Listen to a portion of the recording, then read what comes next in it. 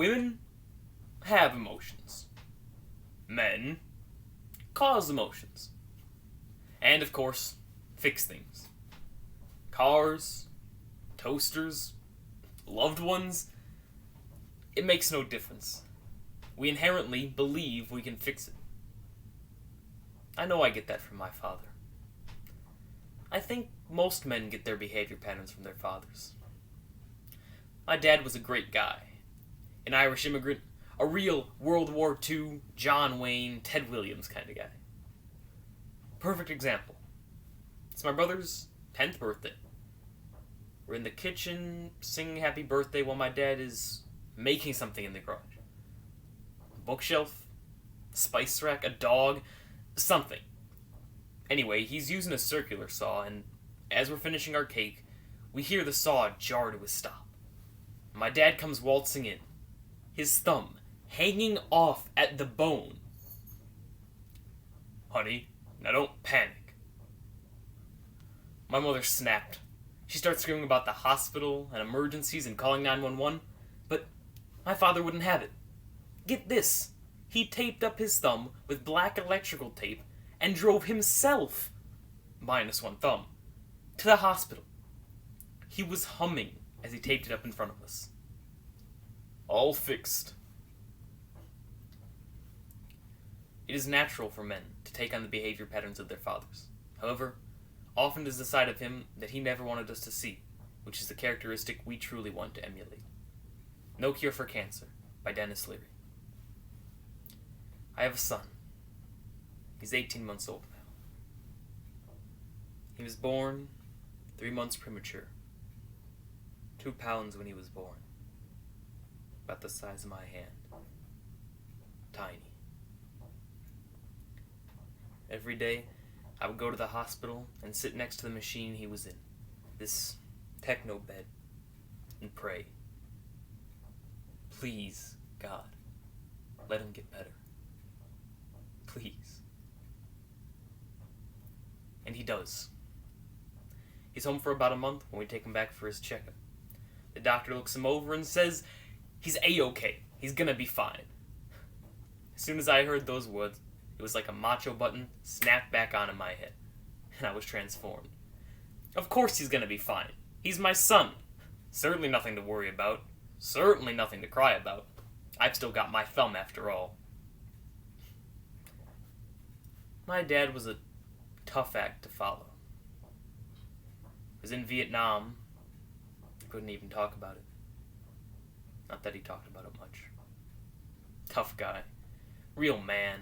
No need to talk about feelings. But I did see him cry once. He doesn't know I caught him, but I saw him. Tears welled up in the corners of his eyes. But then, as if through some sort of sixth sense, he knew someone was there. So, he choked him back, coughed, and was done. My mother had just lost a child. Would have been my sister. Hell, I was only 8. I cried like a little girl, but Dad, just a trace. He was a man. Growing up, we were taught to be a man. Be a man, Dennis. Keep it inside. Be a man. Hey, ho, huh. That was my dad. You see, 2 days after his 60th birthday, he's in a pub in the southwestern part of Ireland. The most beautiful part. His hometown. He's out drinking with a couple of his brothers and sisters, lights up a cigarette, smiles, and bang. He was dead before he hit the floor. That'll pop your little macho balloon. When the guy you think is always gonna be there, the John Wayne, Ted Williams guy, is dead in a millisecond. In a sliver of time so small it cannot even be measured. I mean, how long does it really take to fall from standing onto the floor? And where in that little window of time do you actually leave this earth? I mean, 1 second you're an Irish immigrant, and the next you're face to face with God. My Aunt Margaret said we should thank God he dies in Ireland. Then everyone who knew him would get a chance to say goodbye. all the Irish, who moved to America. We had to add a day to the wake there. There were lines a full block long, for hours at a time. People we never even knew coming to pay their respects. An old woman who said my father had been fixing up her car for years without charging her because her husband had died and she had no money. A woman my age who said her car broke down in a blizzard and no one would stop. But after 2 hours, my dad pulled over, fixed her car, and followed her home to make sure she got there safely. And as we were leaving the funeral to go to the cemetery, this old man who sold newspapers at the end of our block growing up, this bent-up old, ink-stained little man, stood on the sidewalk and saluted the coffin. With tears in his eyes, he said my father had always been so nice to him. My Aunt Margaret said it reminded her of President Kennedy, but I didn't cry. I held it in. We couldn't afford home movies growing up.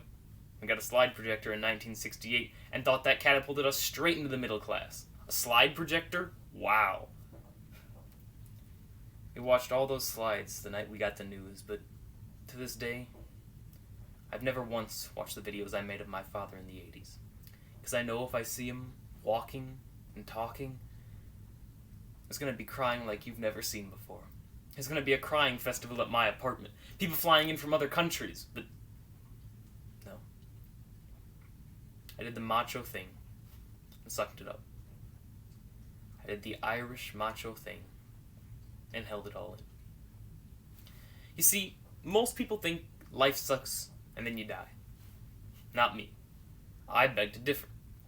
I think life sucks, then you get cancer. Your dog dies, your wife leaves you, the cancer goes into remission, you get a new dog, get remarried, you owe $10 million in medical bills, but you work hard for 35 years and pay it all back. Then one day, you step off the curb at 67th Street and get hit by the city bus. Then, you die. Maybe. Look, the point is you must accelerate. Lust, laugh, live every day as if it's your last. Go ahead, go shopping, buy whatever you want. A Ming vase, chocolate furniture, the bones of Elvis Presley. Load up your credit card. Fly to Rome just to give the finger to the Pope. Just live.